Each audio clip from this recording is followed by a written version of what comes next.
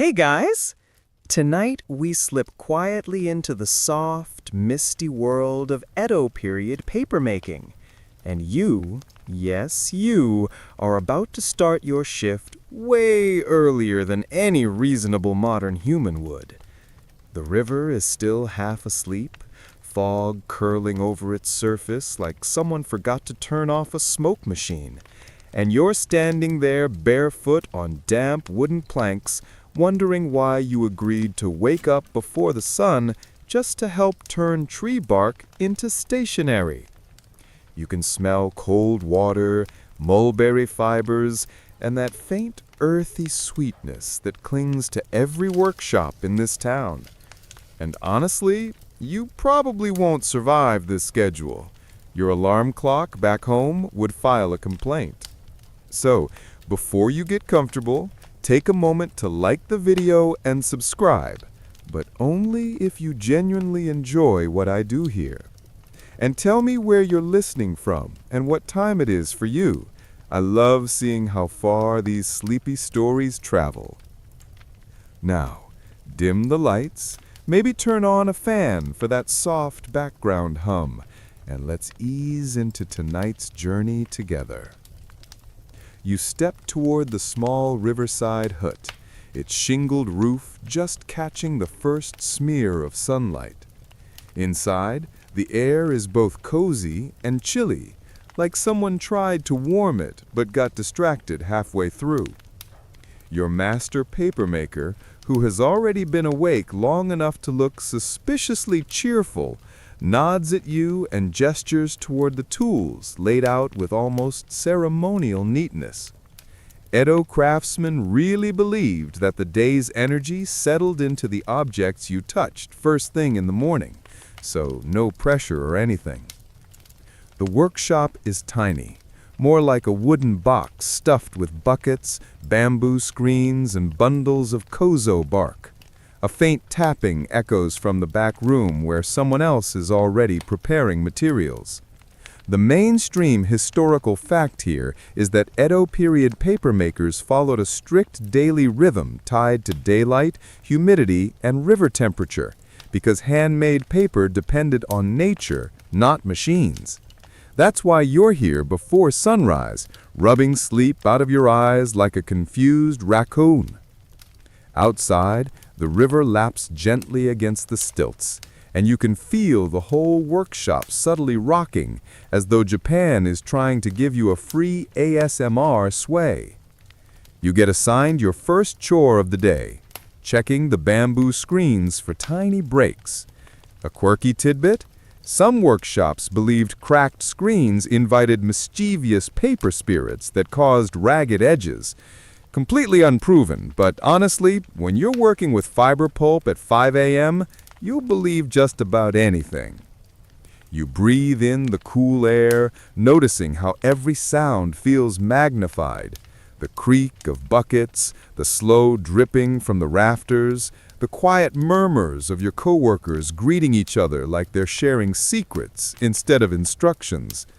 Historians still argue whether these early morning rituals were more spiritual or simply practical, but either way, you feel the hush settling over your shoulders like a warm shawl.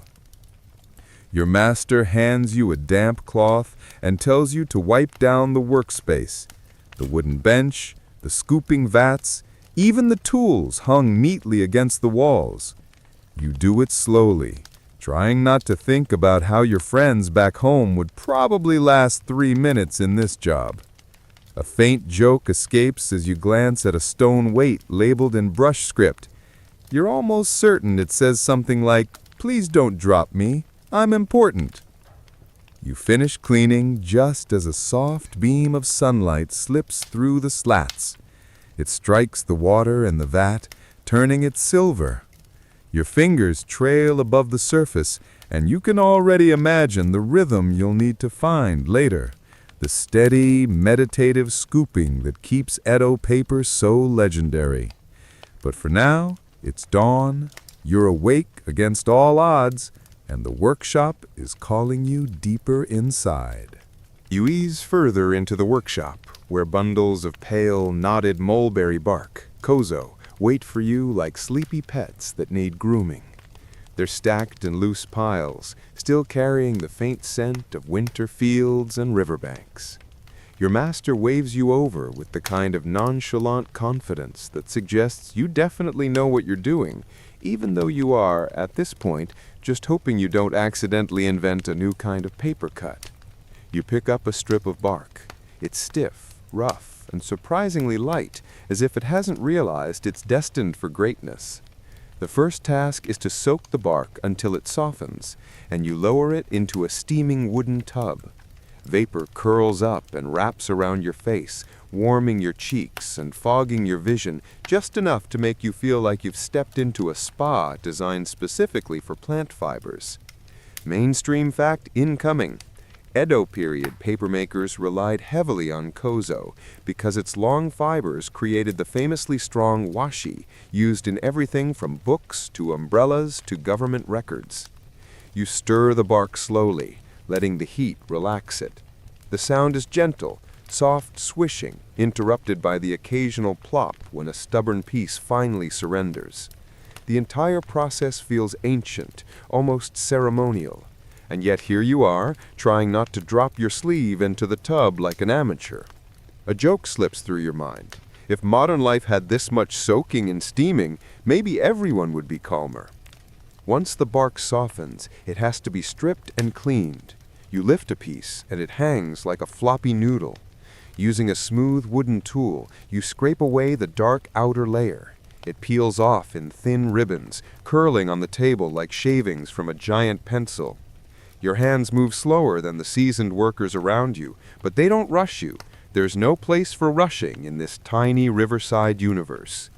The quirky tidbit here is that some workshops believe the whiter and more spotless the inner bark, the better the luck for the day. One family supposedly polished their kozo with river stones blessed at a shrine. Whether it worked or not is debatable, but the resulting paper sometimes shimmered subtly in candlelight, and everyone agreed that was reason enough to keep doing it. You rinse the cleaned fibers in cold river water.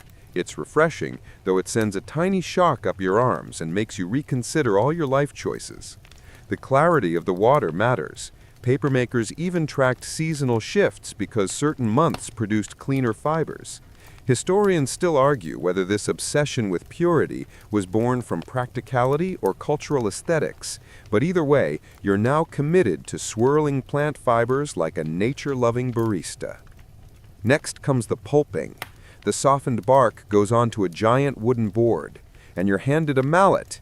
Don't get excited, it's not a heroic moment, more of a rhythmic thumping session. You raise the mallet and begin pounding. The fibers squish, flatten, and slowly become a tangled, snowy mass. Your arms get warm, then tired, then mysteriously warm again in a way that suggests you may not be built for manual labor before breakfast. But the rhythm comforts you. Thump, lift, thump. It fills the workshop like a heartbeat. A coworker hums nearby, off-key but soothing. A joke flashes. Maybe you could release a meditation track called Lo-Fi Kozo Beats to chill, study, survive Edo with. When the pulp becomes soft, feathery, and cloud-like, you gather it in both hands and lower it gently into a wooden vat of water mixed with neri, a plant-based thickener made from the Tororo aoi root. The texture changes instantly, swirling into suspension like tiny snowflakes learning how to dance. This mixture, pulp and neri, will soon become sheets of paper, but for now it's enough to watch the fibers float calmly, drifting in lazy spirals as the sun climbs a little higher outside. You sink your hands in up to your wrists, feeling the coolness settle your pulse. You're fully awake now, well, Edo-style awake, ready for the next slow, careful step. You stay by the vat a moment longer, letting the cool surface ripple against your fingertips. The mixture of kozo pulp and niri has settled into a silky suspension, almost hypnotic, like watching snowfall trapped inside a glass globe. Your master gives you a slight nod. The kind that means, okay, rookie, time to actually make a sheet of paper, which feels like a lot of responsibility for someone who still hasn't had breakfast. You lift the su, the bamboo screen, feeling its surprising weight. It's smooth from years of use, every slat worn into a soft sheen by thousands of hands. Edo papermakers treated these screens like heirlooms. Some families even passed them down through generations. Mainstream historical fact, the combination of the su and keita frame is what allows Japanese washi to get its thin, even texture, and it's the backbone of traditional papermaking even today. You hold it just above the vat, take a steadying breath, and dip it in at a slight angle. The water envelops it instantly. When you pull it up, the fibers cling across the bamboo like a transparent veil. The trick is rhythm. Dip, lift, rock, drain, repeat. Too fast and the sheet becomes patchy. Too slow and the pulp slides away. Your arms wobble a bit, but the repetition quickly becomes soothing, like stirring tea or scrolling mindlessly, but with 300% more craftsmanship. You swish the frame gently from side to side, coaxing the fibers into an even layer. Tiny whirlpools spin across the surface. The niri thickener slows their movement just enough to let you shape the sheet. A coworker glances over and gives you that subtle, not bad for a beginner nod. Confidence up by 3%. Physical stamina still at 2%. A quirky tidbit? Some Edo papermakers whispered that the first sheet of the day absorbed the mood of the workshop. So if anyone arrived grumpy, they blamed any imperfections on emotional contamination. One story even claims a notoriously cranky artisan produced sheets with angry fibers that curled at the edges. Completely unproven, obviously, but entertaining enough for slow mornings like this. You continue scooping, your movements smoothing out as you fall into a meditative pace. The workshop is quiet except for soft dripping and the distant call of a vendor opening his stall outside. The river hums under the flooring. If you listen closely, you can hear the faint flecks of bamboo as the water drains through it. Historians still argue whether these cooling vats were placed near rivers for convenience or for the symbolic association with purification. But whatever the original reason, the experience is undeniably calming. Water, wood, and fiber moving together like they're participating in a very low-energy dance competition. Sheet after sheet forms under your hands. You lay each one onto a growing stack, carefully peeling the screen away at an angle. The wet layers look impossibly fragile, like stacked moonlight. Your fingertips tingle from the cold, and one coworker offers you a towel with the sympathetic expression of someone who remembers his first winter season here. The repetitive work starts to warm your muscles. Your posture relaxes. Every sound, the drip, drip, drip of water, the rustling of damp fibers blends into a soft background hum.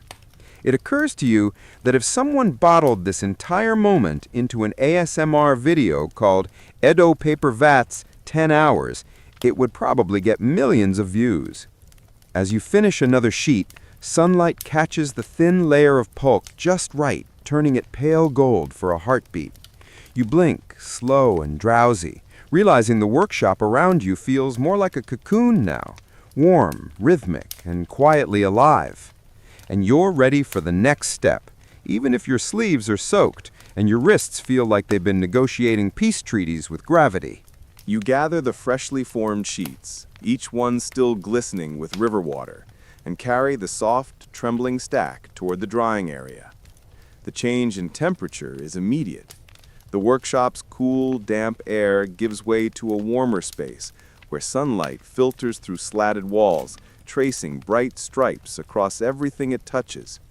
It feels like moving from underwater to a gentle meadow, except the meadow smells faintly of wet bark and wooden frames. Your master hands you a broad wooden board, polished smooth from decades of use. These Shein boards are where each damp sheet will rest while drying. Mainstream historical fact, Edo paper makers depended heavily on natural sunlight to dry their washi. Humidity dictated everything, including whether entire batches had to be restarted.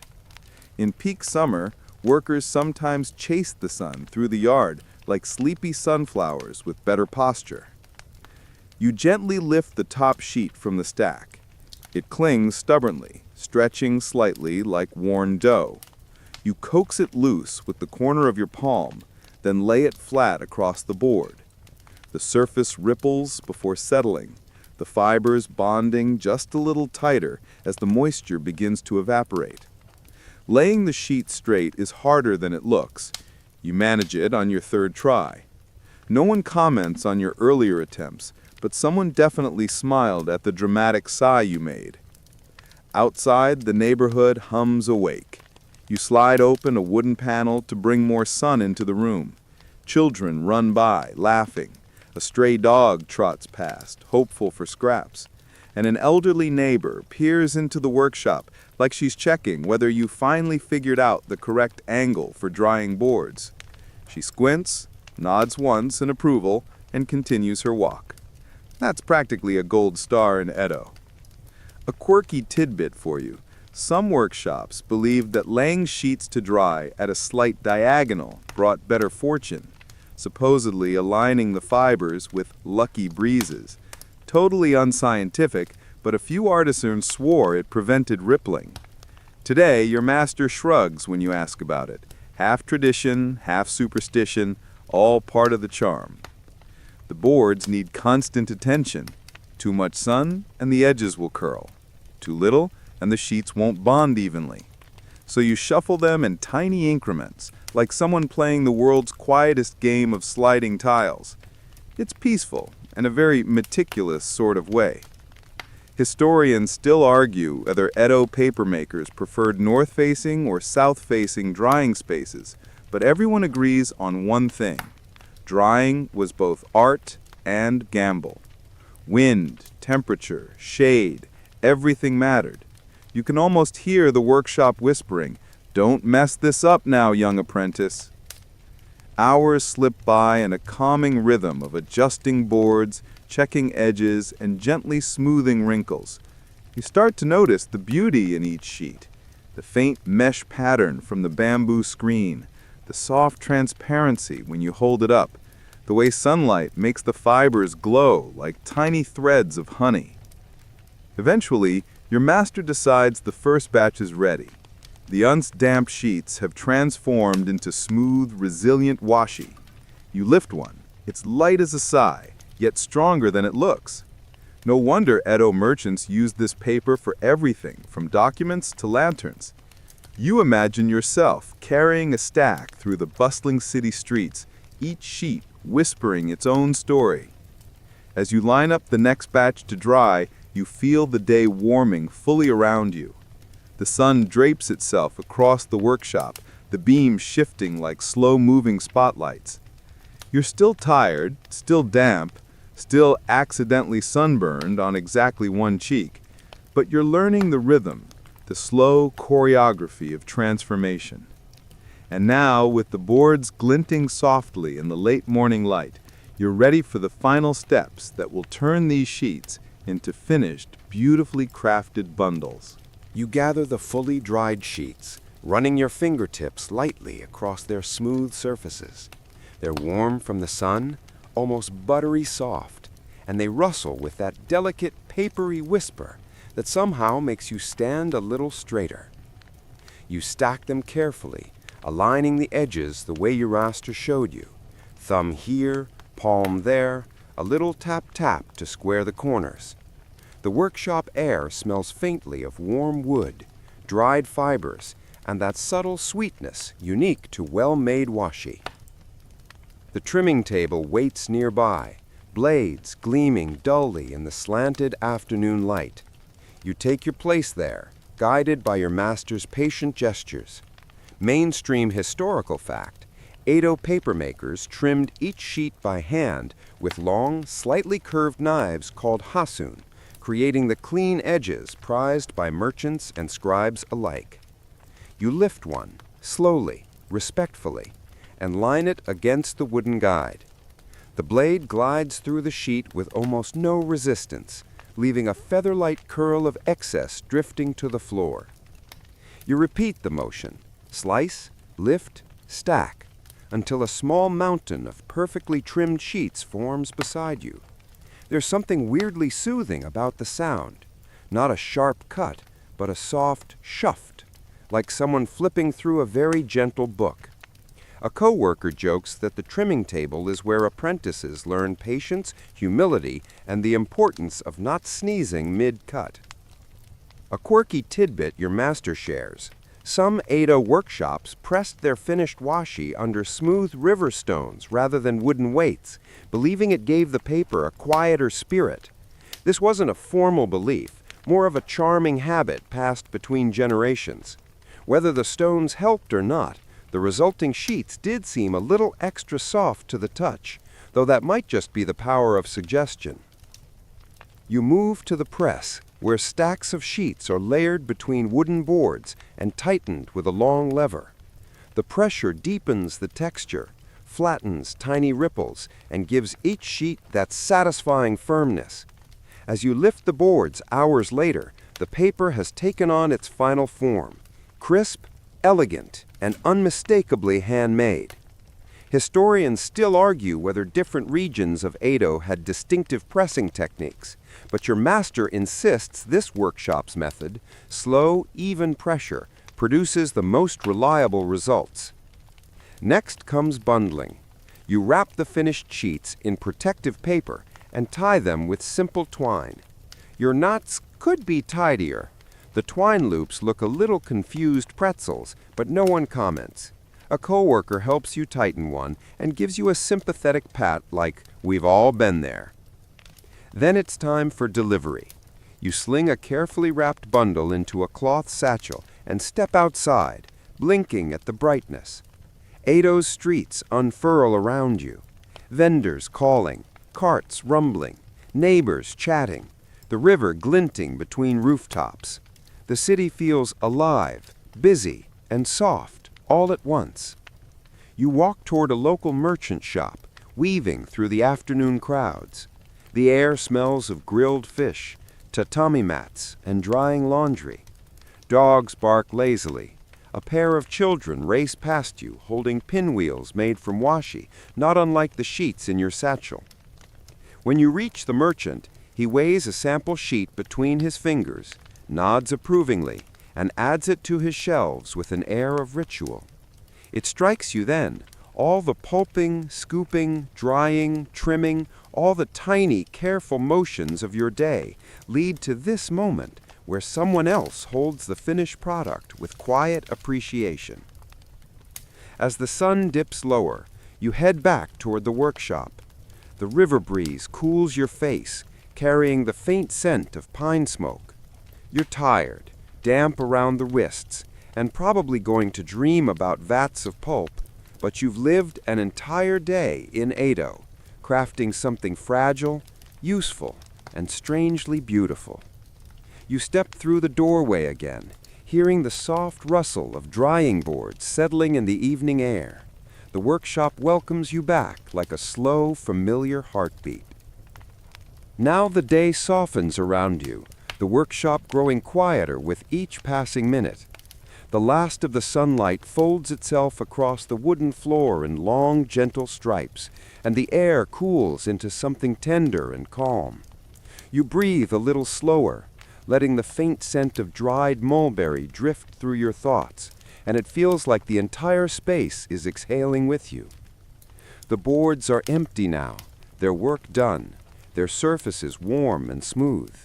The trimmed sheets rest neatly in their bundles, edges aligned, corners crisp, each one carrying the memory of water, wood, and careful hands. Even the tools seem to settle into stillness, the screens stacked tidily, the vats cooling, the trimming knives resting in their grooves like sleeping instruments waiting for morning. As your steps move lightly across the floor, you feel the day's rhythm lingering in your muscles, not heavy, just steady, a slow echo of scooping, lifting, drying, bundling. Every tiny motion from earlier now flows together into one long, gentle wave that rolls through you. And as that wave softens, you soften too. The river outside murmurs its own quiet song, a low, soothing hush that settles in your ears like a lullaby. The city beyond the workshop dims into silhouettes, rooftops melting into the early night sky. Lanterns glow in distant windows, flickering like small stars that decided to drop a little closer to the ground. You let the sounds fade into a comfortable blur. You let the air grow slower, fuller, calmer, and you let yourself drift with the closing of this day, floating on the soft rustle of finished washi and the warm hush of a workshop settling into rest.